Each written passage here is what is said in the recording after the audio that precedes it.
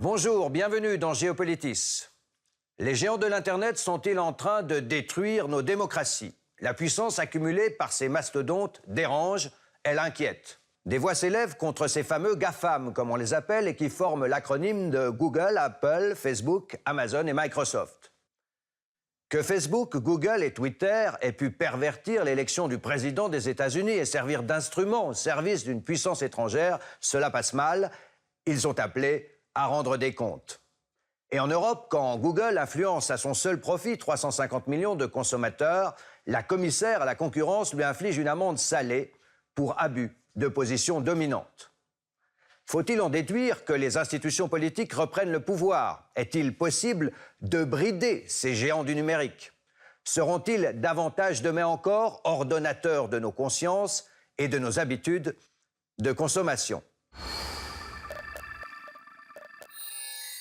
Le chiffre d'affaires des Big Five en 2016 pesait quelque chose comme 555 milliards de dollars. En voici le détail. Google Alphabet 90, Apple 216, Facebook 28, Amazon 136, Microsoft 85 milliards de dollars. On pourrait ajouter à ces cinq-là les nouveaux dragons chinois, genre Alibaba, champion hors catégorie du e-commerce.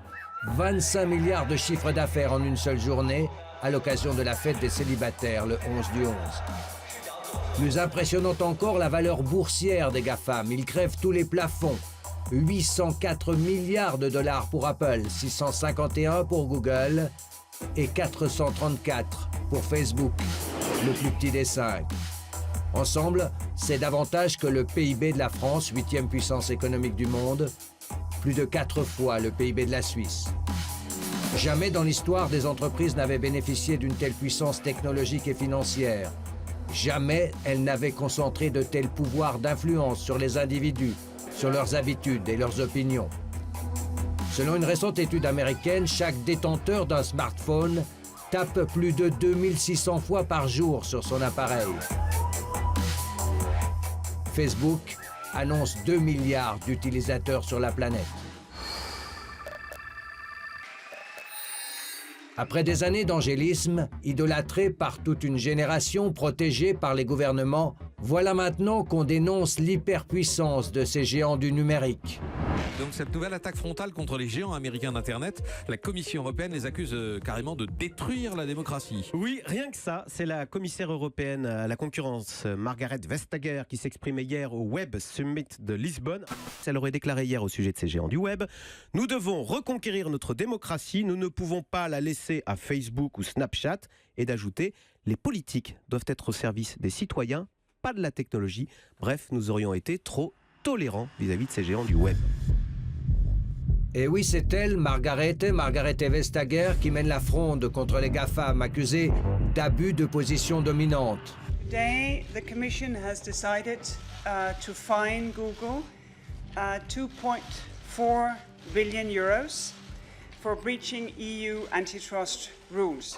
Mais le combat se joue aussi au niveau fiscal, pour les contraindre à payer des impôts là où ils réalisent leurs affaires, pour éviter que leurs bénéfices ne soient systématiquement transférés vers l'Irlande, le Luxembourg ou quelques autres paradis fiscaux. Entre les États et les mastodontes du numérique, la bataille est lancée, les enjeux planétaires. Bonjour Jacques Attali. Bonjour monsieur. Merci de nous recevoir à Paris. Pensez-vous, comme Margrethe Vestager, que les GAFA représentent un danger pour nos démocraties? Vous savez, il y a beaucoup de dangers qui menacent nos démocraties.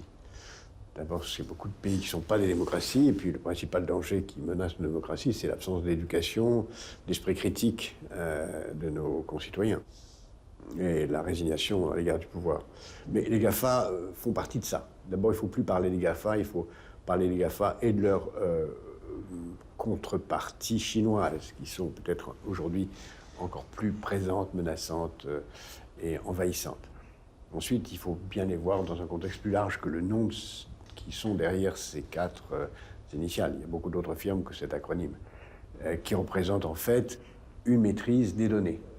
Et cette maîtrise des données, si elle n'est pas contrôlée par un pouvoir politique démocratique, peut en effet être une menace pour la démocratie de mille et une façons, en s'appropriant une partie importante des richesses sans les payer, en créant des inégalités plus considérables que jamais, en influant sur le comportement, en orientant les points de vue et en faisant en sorte que le vote ne soit plus qu'une illusion. On n'en est pas là, mais ça pourrait arriver. Il y a eu la conquête de l'Amérique du Sud par les conquistadors, la conquête de l'Inde par l'Empire britannique. Est-ce qu'on assiste aujourd'hui à la conquête numérique de la planète?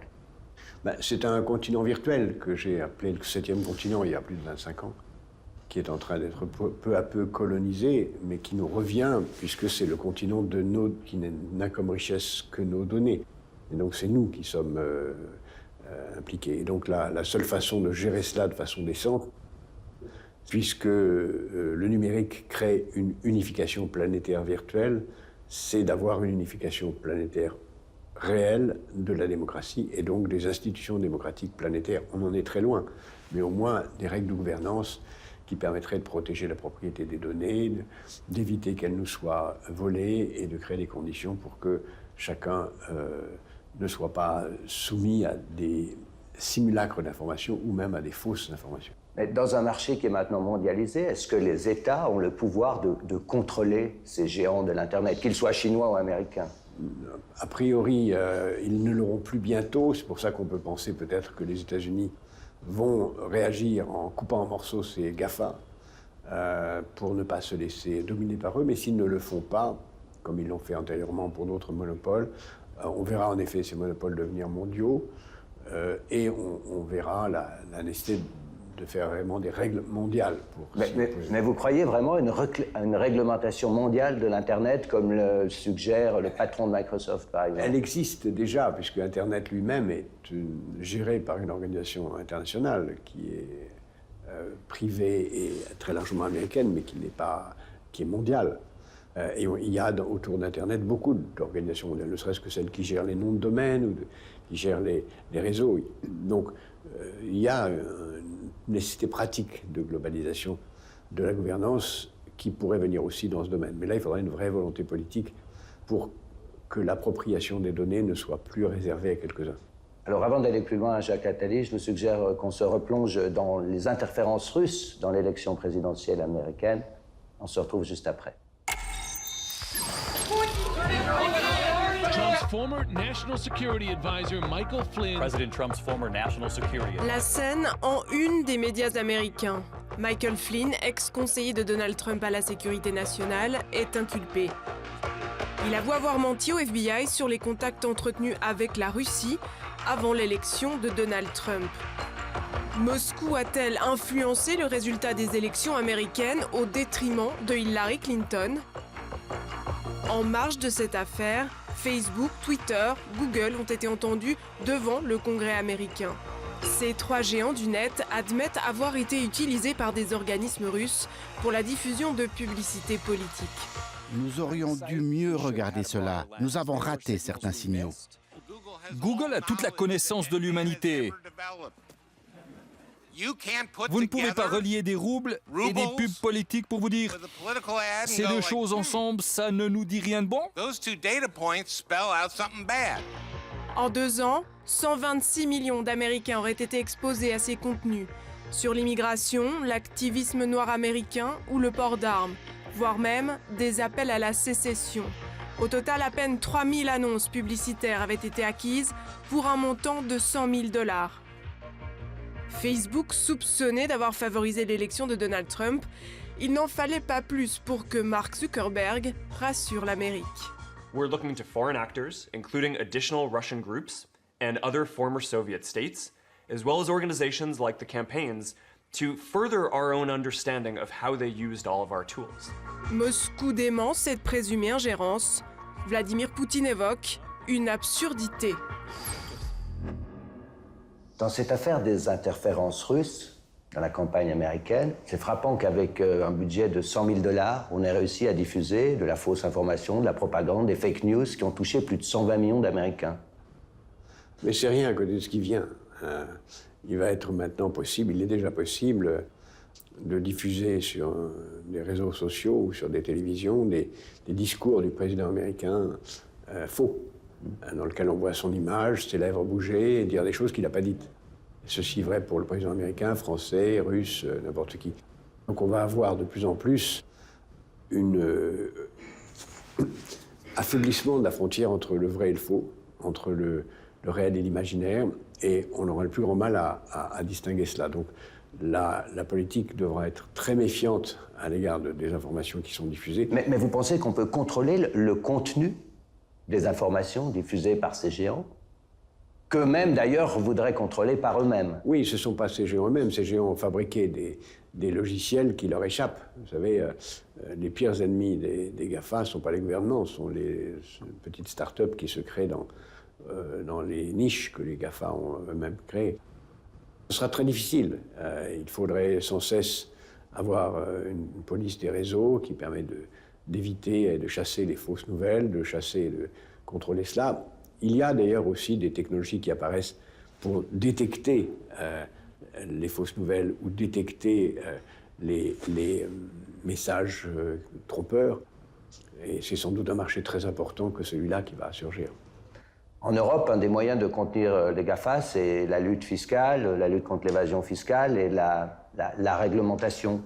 Est-ce que vous pensez que c'est réaliste d'imposer ces géants là où ils font des affaires? Il y a des GAFA américains, il y a des GAFA chinois. Il n'y a pas de GAFA européens, ça c'est un problème. C'est la principale façon de lutter contre les autres, c'est d'en avoir nous-mêmes. Nous n'avons pas d'entreprise de cette taille-là, essentiellement parce que notre marché n'est pas unifié. Donc l'unification des normes et des réglementations en matière de numérique et de télécommunication en Europe est absolument fondamentale. C'est ça qui nous empêche.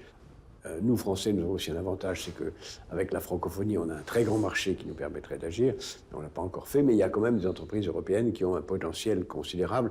Et je pense en particulier à tout ce qui concerne les logiciels les plus pointus, la gestion des données, sur lequel on a encore la possibilité d'intervenir. Et puis vient déjà tout ce qui touche l'intelligence artificielle, où les GAFA américaines ou chinoises sont très présentes, et où, si on n'intervient pas, nous allons être totalement balayés en matière d'éducation et même de démocratie. 2030, c'est demain. Est-ce que vous pensez que ces GAFA, chinois ou américains, seront encore, demain, les maîtres du monde? Ou bien ils vont disparaître, Tout est possible. Le plus vraisemblable est qu'ils seront, certains d'entre eux, remplacés par d'autres. Pas oublier que les entreprises américaines disparaissent extrêmement vite. Ils seront remplacés par d'autres. On peut imaginer un scénario dans lequel les gens n'ont plus envie d'être sur Facebook, parce qu'ils n'ont plus envie de tout faire connaître d'eux-mêmes, parce qu'ils se lassent de cela, et qu'on passe dans un univers beaucoup plus éphémère encore, où les réseaux sociaux sont dans l'immédiateté et non pas dans la présence permanente.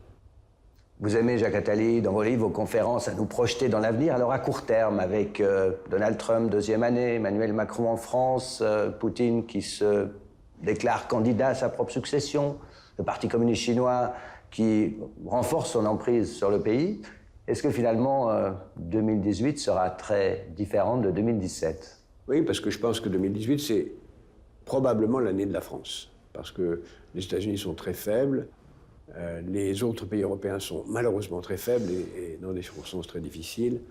Donc la France est la seule grande démocratie avec un président qui a du temps devant lui, un axe de réforme et des projets. Donc la France va être certainement, j'espère pour le meilleur, le point d'attraction de 2018.